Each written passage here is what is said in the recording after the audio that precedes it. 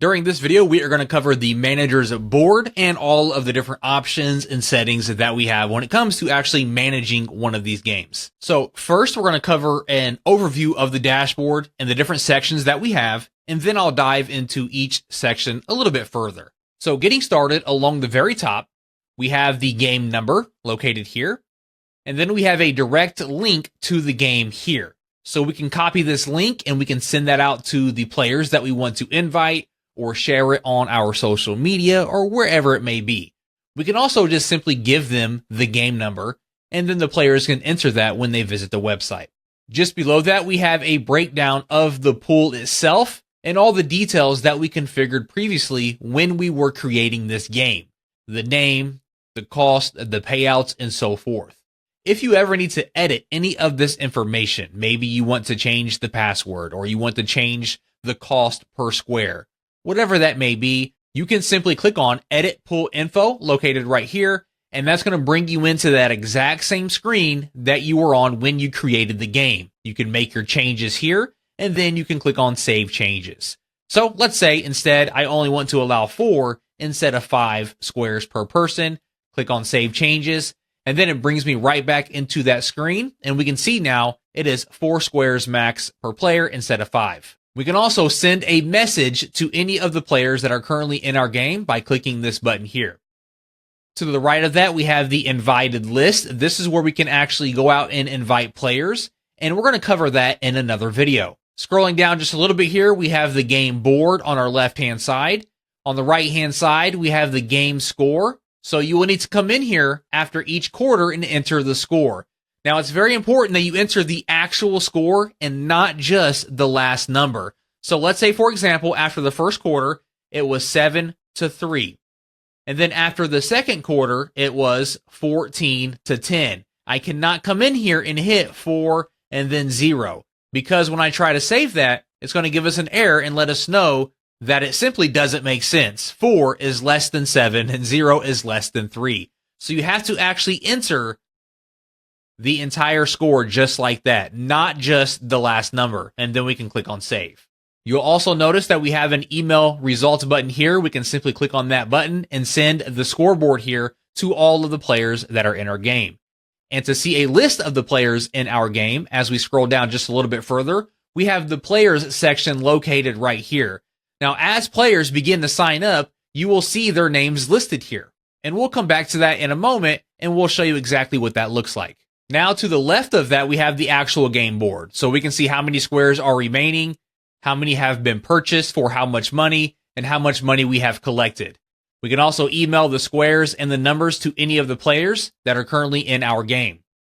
Underneath that, we have some additional options. We can pick our own numbers, or we can random generate the numbers. Again, this is completely up to you. Picking your own numbers, maybe some people like to have a party, and they like to draw numbers from a hat and assign the numbers themselves along the top and along the side here. If you do that, perfectly fine. You're going to select that option here. However, some people like the speed and easiness of just randomly generating the numbers. And if you like that, you can click that option there.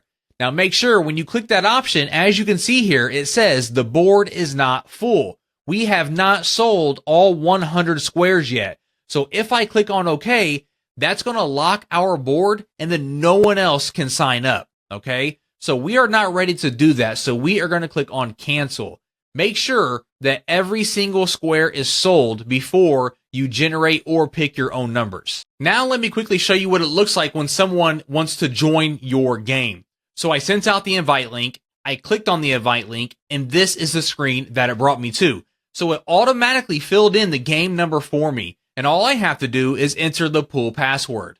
Once I enter that pool password, we can see the host information here, and then we can create our login, or if we're already logged in or already have an account created, we can log in over here on the side. But let's say that I am a brand new user. I'm going to go ahead and enter my information here, and the players do not have to enter an email address when they sign up. If they don't have an email address, we recommend just entering their name like so, because each email address has to be unique. So just enter your name like so, and then create a password. Once we have that created, we can click on Create Login. Now this here is what the player is going to see when they join your game. They simply choose the squares that they would like to purchase. So let's say that I wanted 33, I wanted 56, and I wanted 84. I simply click on them. Now you'll notice each square has a delete option inside of it. That's just there for me. If I change my mind and I no longer want that square, I can click on delete, click on OK, and that's going to remove that. And now I can choose a different one if I wanted to. So I'll select 50 and I'll select 17. Okay. Now you'll notice I can't select any more squares, and that's because I set it at 4 squares maximum per player. So if in this case, if I want a different square, I need to click on delete for one of these, click on OK, and then the board opens up for me again, and I can select a different square, just like so. Now, once I select my square, it saves automatically. There is no save button, or there is no way for me to submit these picks. It automatically is added to the system. And now, if I'm John, I'm done. I have my squares picked. I can go on about my day. Now, let's switch back to our manager's board so we can see what this looks like on our end. So here we are back inside of the manager's board. And now we can see John has selected 4 different squares. And now on the right-hand side, we can see a list of our players. We have John Jones, and we can see he has purchased 4 squares for $10 each, which is going to cost him $40.